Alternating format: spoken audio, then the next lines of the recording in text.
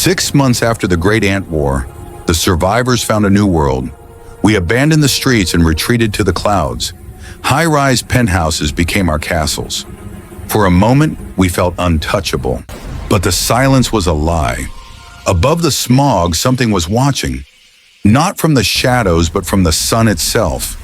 A new apex predator was waiting for the perfect frequency. It started with a sound, a low rhythmic vibration that shattered glass and rattled bones. It wasn't the wind. It was the synchronized beating of 4,000 hertz wings. The attack was surgical. They didn't crawl, they dove. At 300 miles per hour, the air became a weapon.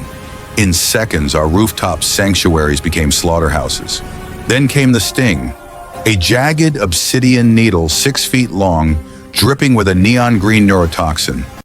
One strike, and the human body becomes a living statue, frozen in a scream that never ends. We weren't just dying, we were being harvested. The first sting marked the end of the sky's mercy. The swarm has arrived, and they have brought the architecture of hell with them. To understand the nightmare, we have to understand the physics. At this scale, a normal insect should be crushed by its own weight. But the wasp is no longer a normal insect. It is a biological jet engine. Their evolution solved the oxygen problem. They developed ramjet spiracles, intake valves along their abdomen that compress air at high speeds. They don't just breathe, they supercharge their blood with pure oxygen. The wings are the masterpiece. Infused with carbon nanotubes and organic resin, they vibrate at frequencies that create sonic cavitation. They aren't just pushing air, they are riding shockwaves. But engines need fuel. To maintain this energy, the swarm targets our biochemical facilities and botanical reserves. They are converting our world's resources into high-octane nectar, a fuel for the coming storm. The swarm doesn't just attack, it rains. From the clouds, they descend in silence, their wings tuned to a frequency that bypasses our radars.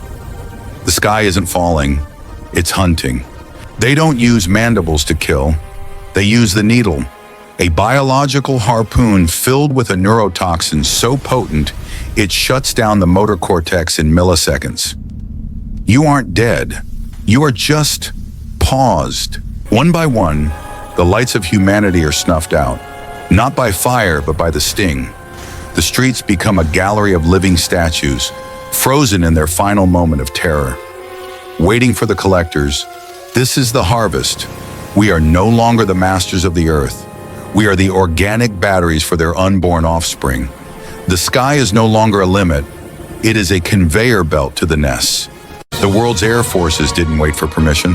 From every carrier and hidden base, the last of our steel birds rose to meet the swarm. It wasn't a battle. It was an attempt to stop the extinction. We learned quickly. Missiles are designed for metal, not biology. The wasps didn't just dodge. They counterattacked with sonic pulses that fried our avionics. Our technology was a relic of a dead age. Then came the dogfight of the century. 20-ton predators against Mach 2 machines.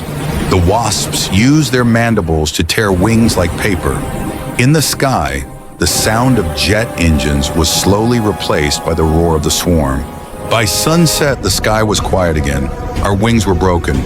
The remaining wasps didn't even celebrate. They simply went back to the harvest. Humanity's last shield had shattered.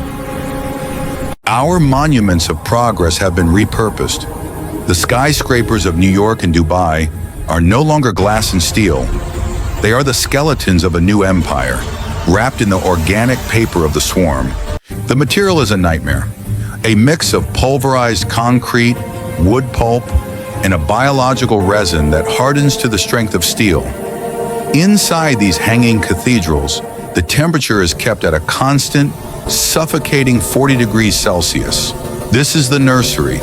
Every hexagonal cell contains a host and a future.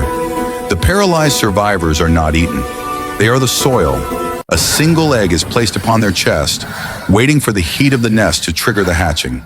In the darkness of these paper towers, the sound of 1,000 heartbeats creates a symphony of extinction. We aren't being replaced. We are being consumed from the inside out to fuel the next generation of terror. Beyond the clouds, where the air is thin and the sun is blinding, lives the reason for our fall. She is the Empress of the stratosphere, a biological titan that dwarfs our largest aircraft. She doesn't fly with wings alone. She manipulates the Earth's magnetic field. Her body is a living conductor of radiation, glowing with a violet light that signals the end of the human era. From her throne in the sky, she commands a global network. The Earth is no longer a blue marble. It is a hive, a terraformed world where the atmosphere itself has been altered to suit the swarm. The age of man has passed. We were but a brief flicker in the history of a world that now belongs to the Apex Insecta. The sky is no longer ours to look at. It is ours to fear. Conventional weapons failed. The atmosphere became a graveyard of twisted aluminum. In a final desperate act of scorched earth policy, the world's leaders authorized Project Icarus, a high-altitude nuclear strike. But the Empress was not just a beast, she was a biological conductor. Sensing the thermal signatures, she didn't flee. She signaled the swarm. Millions of wasps formed a living shield, a wall of chitin and wings miles wide to absorb the blast. The sky turned white. The nuclear fire incinerated the shield. But the Empress emerged from the ash, burned, scarred, but alive. The radiation didn't kill her. It ignited a new, terrifying bioluminescence in her veins.